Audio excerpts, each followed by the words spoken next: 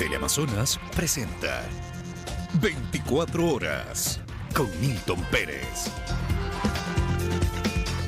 Empezamos del sector del taxismo, ya tiene un acuerdo con el gobierno para recibir la compensación una vez que se elimine el subsidio a las gasolinas. El monto bordea los $40 mensuales y se depositará de manera anticipada.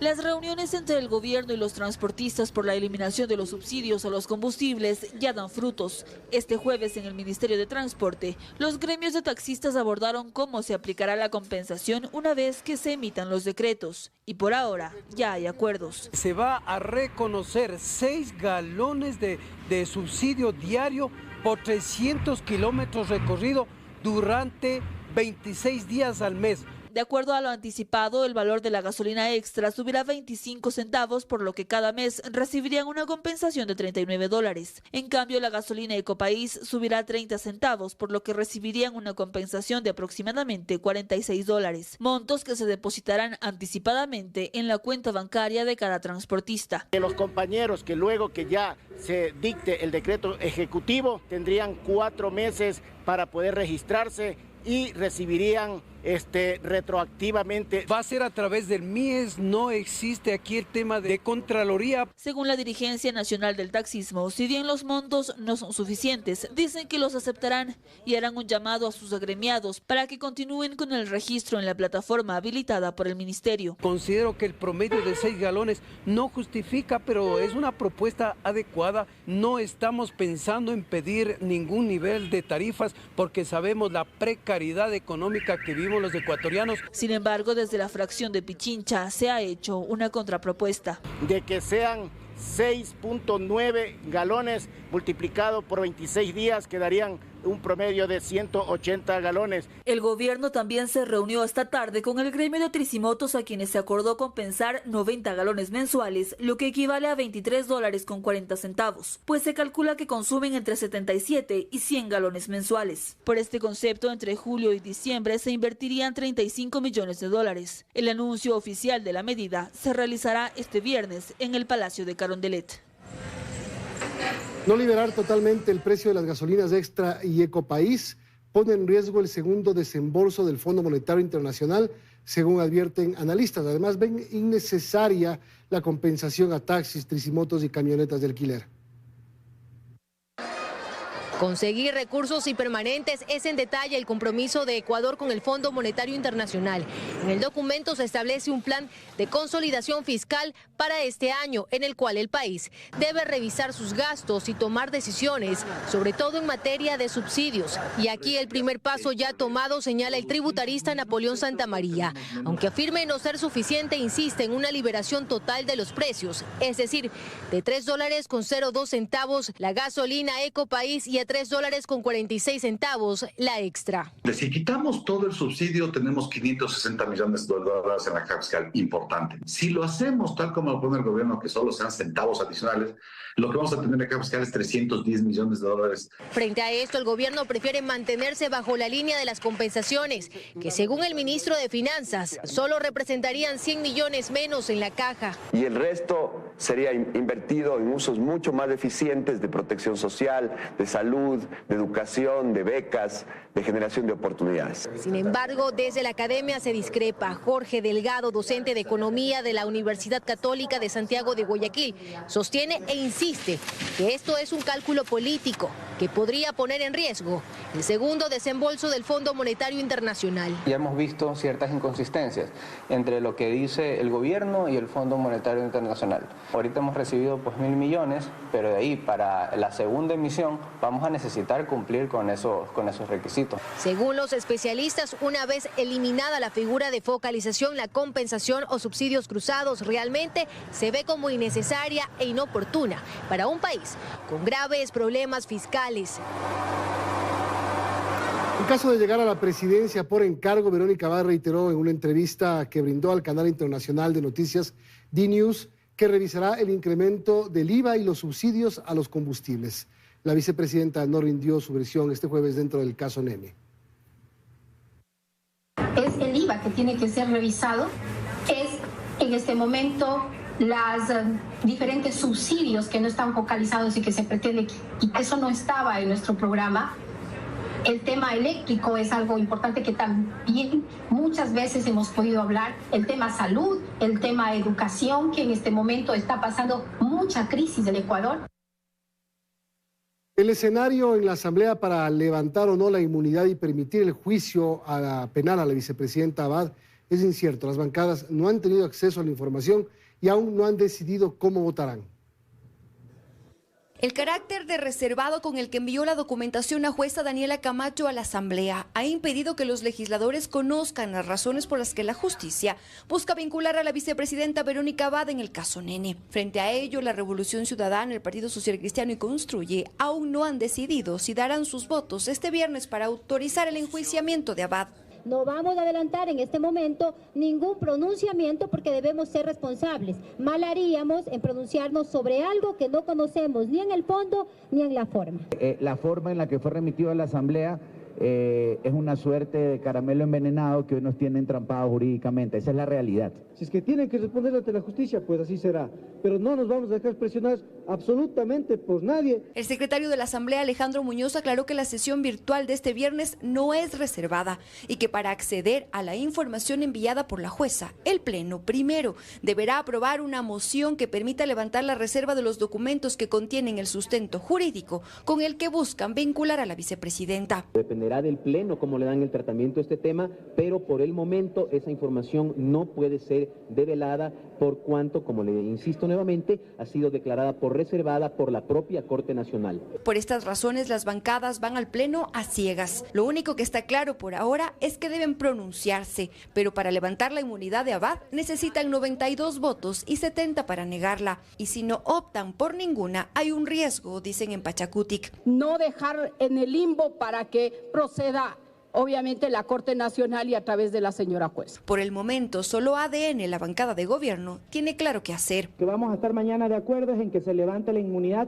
para que la justicia pueda hacer su trabajo. La sesión está convocada para las 12:35 de este viernes. Con 2 virtuales ganadores al cargo de defensor público, el controversial proceso de selección nuevamente atraviesa por un lío. Mientras tanto, tras haber entregado su informe final, la Comisión Ciudadana de Selección dio por concluidas sus funciones. En medio de un choque de poderes y 2 virtuales ganadores al cargo de defensor público, el proceso de selección parece trabarse una vez más, pero esta vez en su etapa final. Aunque el informe de carácter vinculante aprobado por la comisión otorgaba 48 horas para su conocimiento y designación, que se cumplían este jueves, el Pleno del Consejo de Participación ha decidido hacer caso omiso y hasta el momento no lo ha incluido entre sus convocatorias. No han dicho nada y es responsabilidad del Pleno cómo responda jurídicamente a ese incumplimiento.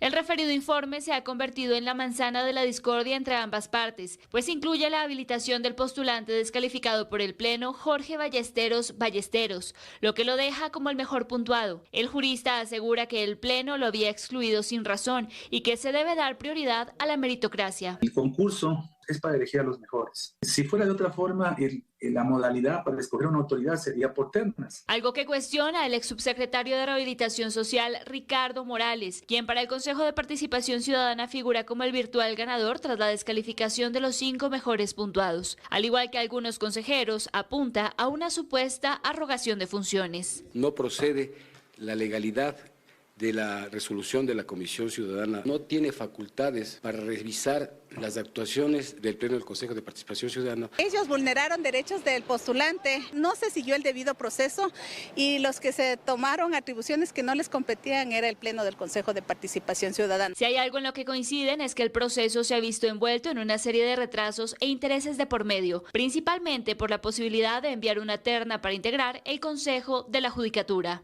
Pero en mi caso particular no tengo ningún compromiso. La oportunidad que tiene el Consejo de Participación Ciudadana es efectivamente entregarle al país al nuevo defensor público. Y mientras el Consejo de Participación continúa dando largas al asunto, la Comisión Ciudadana de Selección se adelantó y a través de un oficio este jueves dio por terminadas sus funciones. Nuestro equipo periodístico continúa recorriendo Texas en los Estados Unidos para conocer de primera mano la crisis migratoria. Vámonos hasta la ciudad de McAllen, donde los migrantes ilegales deben esperar varios meses la cita con las oficinas aduaneras. Stephanie Paz nos cuenta detalles. Steffi, buenas noches. Así es, muy buenas noches, los saludo hoy desde McAllen, Texas, y bueno, según testimonios de los migrantes, esperan entre 4 y 5 meses hasta concretar la cita de la aplicación CBP One. Sin embargo, cuando obtienen este permiso, se dirigen a distintas partes del país. Generalmente toman un bus en la estación central de McAllen y salen a Dallas, Phoenix, Denver, Florida y Nueva York, entre los principales puntos de llegada. Nosotros les preparamos un reportaje en redacción para que ustedes conozcan más detalles. Veamos. La Oficina del Censo de Estados Unidos reveló que más de la mitad de la población inmigrante se concentra en tan solo 4 estados del país: California, Texas, Florida y Nueva York, en ese orden. Estas zonas se mantienen en el ranking como las mayores residencias de inmigrantes desde 2010. Según detalla el artículo, la población extranjera creció considerablemente en los últimos 50 años. En 1970, el grupo de migrantes estaba conformado por cerca de 9 millones de personas, el 4% del total de ciudadanos estadounidenses. Y en 2022, la cifra ascendió a 46 millones, casi el 14% de la población. De ellos, solo el 53% son migrantes legales. Y aunque predominan los latinos en la comunidad inmigrante, durante los últimos años aumentó el número de asiáticos y europeos. Además, el informe también evidencia que antes del 2010, la nacionalidad latina más presente en Estados Unidos era la mexicana, mientras que en la actualidad incrementó la cantidad de personas oriundas de países de América del Sur. Amigos, hoy termina nuestro recorrido por McAllen, Texas, en la frontera entre Estados Unidos y México. Sin embargo, nos trasladaremos hasta Nueva York, porque allí la tercera nacionalidad más numerosa en los albergues es precisamente de ecuatorianos. Con esta información regreso a estudio, que nos tienen más noticias. Amigos, muy buenas noches. Buenas noches, Steffi. Buen viaje a Nueva York. La presidenta electa de México, Claudia Sheinbaum, habló sobre la irrupción de la policía ecuatoriana en su embajada en Quito para capturar a Jorge Glass. La futura mandataria aseguró que apoya la postura de López Obrador de romper relaciones con el Ecuador. No es menor lo que hizo Ecuador con México. Entonces no es un asunto de sentarse a platicar. Porque lo que está pidiendo en esta demanda México es, por un lado, la disculpa y la reparación del daño, y por otro lado el caso de el vicepresidente, porque él tiene derecho de asilo en México, porque el derecho de asilo lo brinda el país que le está dando el derecho de asilo. Entonces nosotros estamos de acuerdo con la posición que ha adoptado el presidente López Obrador. Entonces tienen ellos que dar el paso, la disculpa pública, lo que está pidiendo la demanda, y también el reconocimiento del derecho de asilo. No es menor la agresión de Ecuador a México. Gracias. Seguimos, amigos. El bloque de seguridad destruyó una pista clandestina en Montecristi, en Manabí. En otros operativos contra el crimen organizado, los uniformados decomisaron más de 1 tonelada de droga y detuvieron a 4 personas.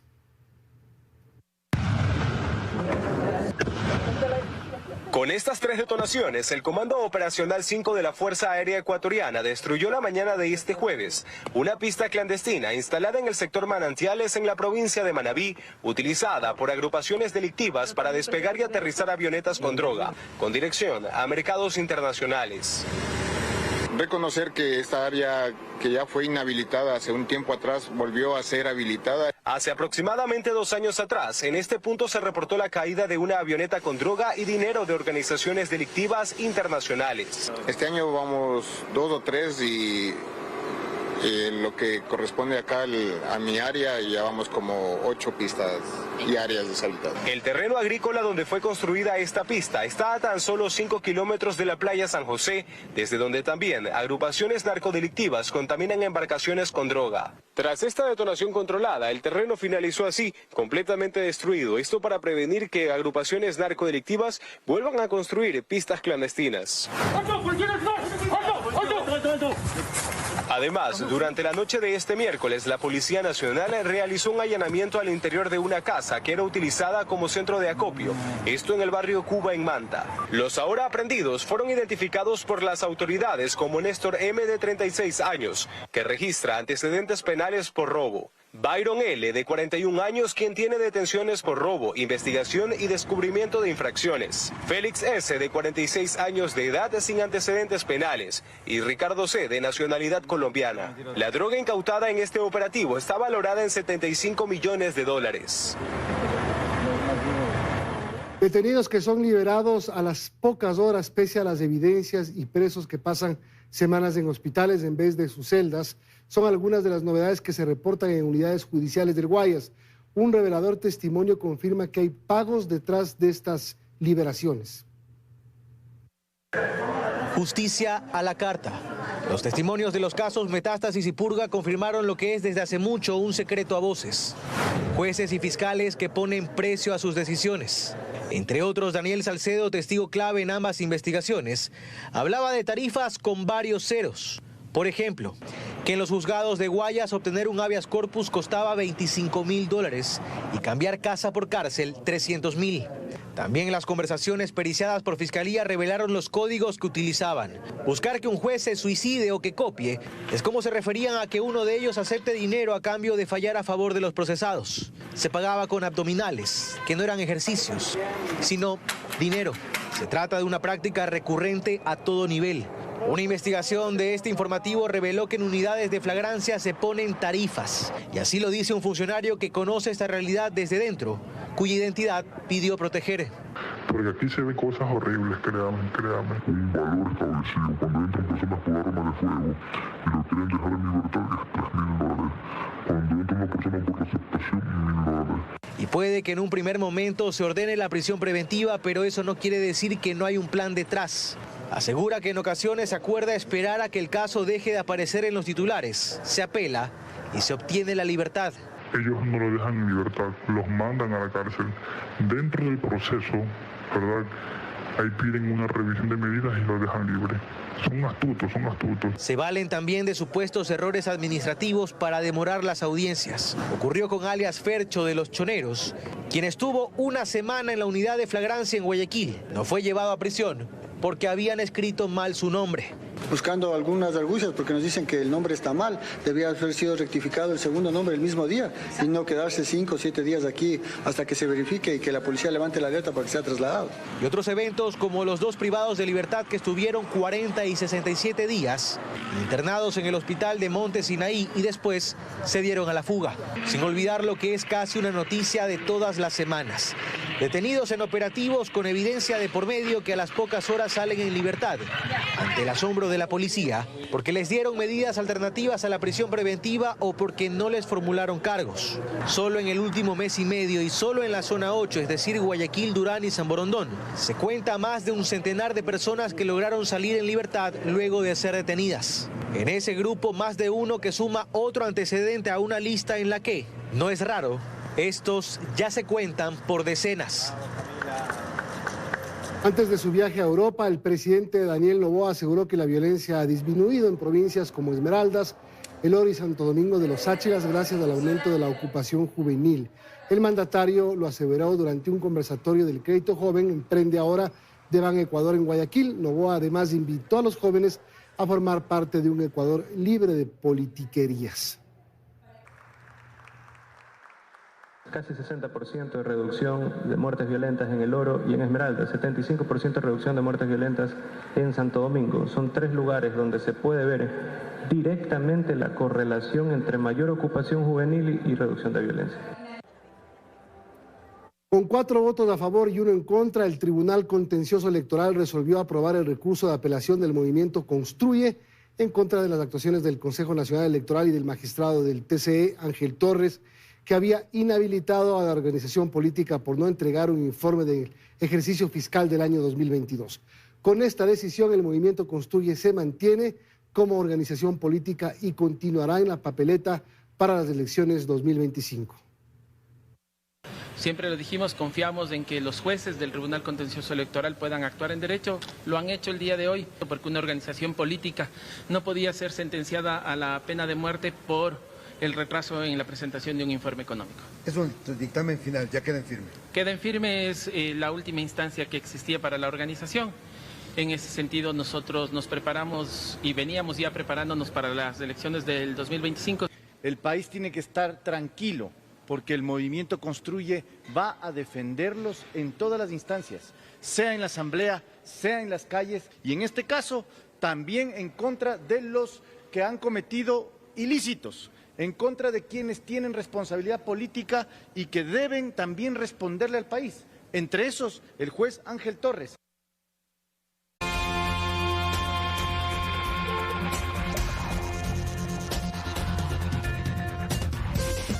Seguimos, amigos, y continuamos con el seguimiento al colapso en la morgue de Guayaquil. Un equipo de este noticiero constató que este jueves se retomó la entrega de cuerpos a los familiares mientras el gobierno anuncia una solución al problema del contenedor dañado.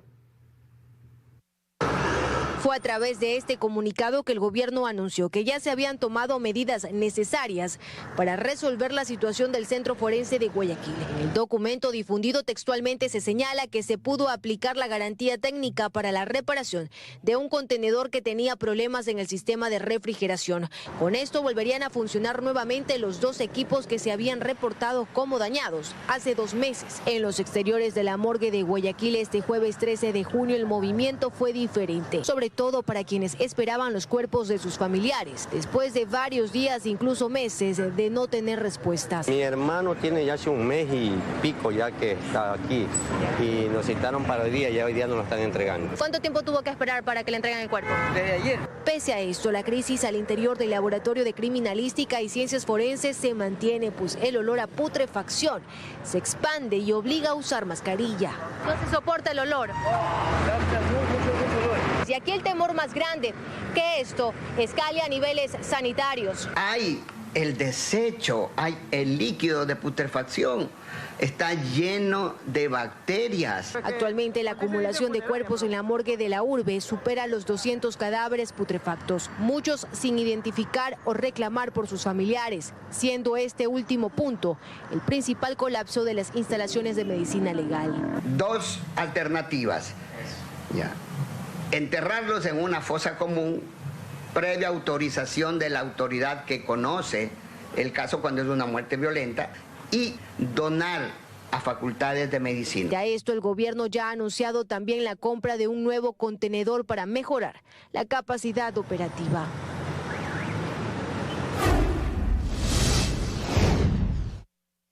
El directorio del IES se mantendrá con 3 miembros. La Asamblea no dio paso a la propuesta de los jubilados de que se incremente a 5 y tengan su representante.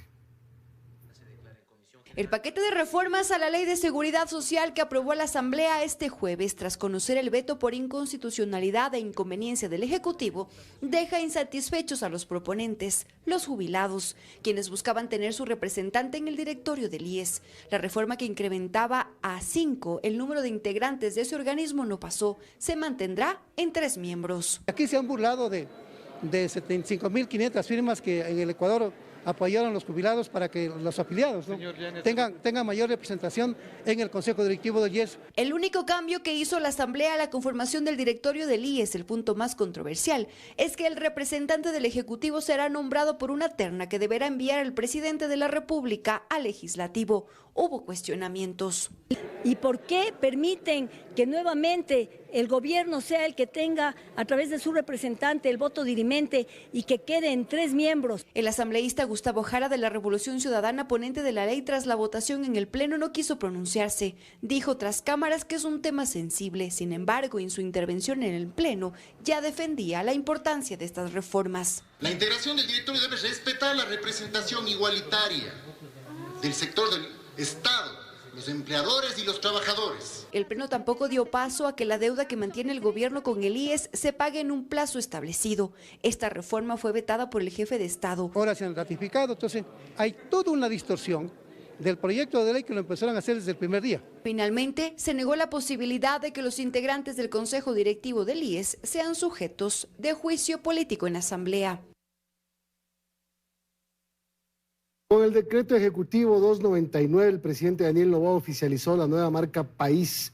El gobierno precisó que esta imagen servirá para el posicionamiento del Ecuador a escala nacional e internacional. Además, que permitirá promover inversiones, atraer más turistas y fortalecer las exportaciones ecuatorianas. El concepto de la marca País es expandiendo nuestra luz y la frase que acompaña al diseño es brilla auténticamente. Esta imagen fue seleccionada de entre 3 propuestas que se dieron a conocer en octubre de 2023. Otro tema, el Consejo Cantonal de Guayaquil aprobó en primer debate el alza del pasaje de la Metrovía a 45 centavos. El municipio subsidiará el incremento de la tarifa que entraría en vigencia en octubre. Alrededor de 1 hora duró el primer debate del Consejo Cantonal de Guayaquil sobre el alza del pasaje de la Metrovía a 45 centavos. La sesión culminó con 12 votos a favor, mientras que 3 concejales del Partido Social Cristiano votaron en contra. En el encuentro se reiteró que la ciudadanía continuará pagando 30 centavos de pasaje, mientras que la tarifa diferencial de 15 centavos la asumirá el Cabildo. Es el primer debate de un antes y un después para la transportación pública en el sistema de la Metrovía, que sí operamos nosotros, no como el transporte público que es privado, el urbano privado, y que seguramente buscaremos una solución después. Lo que se busca es modernizar y darle un transporte digno a todos los ciudadanos. Esta nueva tarifa aplicará únicamente a las unidades modernas que brinden seguridad y comodidad a los usuarios. Con climatización, sistema Wi-Fi. El municipio de Guayaquil prevé subsidiar el pasaje a través de la tarjeta única Guayaca, que se entregará a más de 300.000 ciudadanos sin costo alguno. Entre los requisitos para acceder a este beneficio consta percibir ingresos por menos de $650 mensuales. Las personas que no cumplan con este requerimiento deberán adquirir la tarjeta a un precio de $3.99. El segundo debate se realizará el lunes. Dentro del programa habitacional pilote, etapa 2.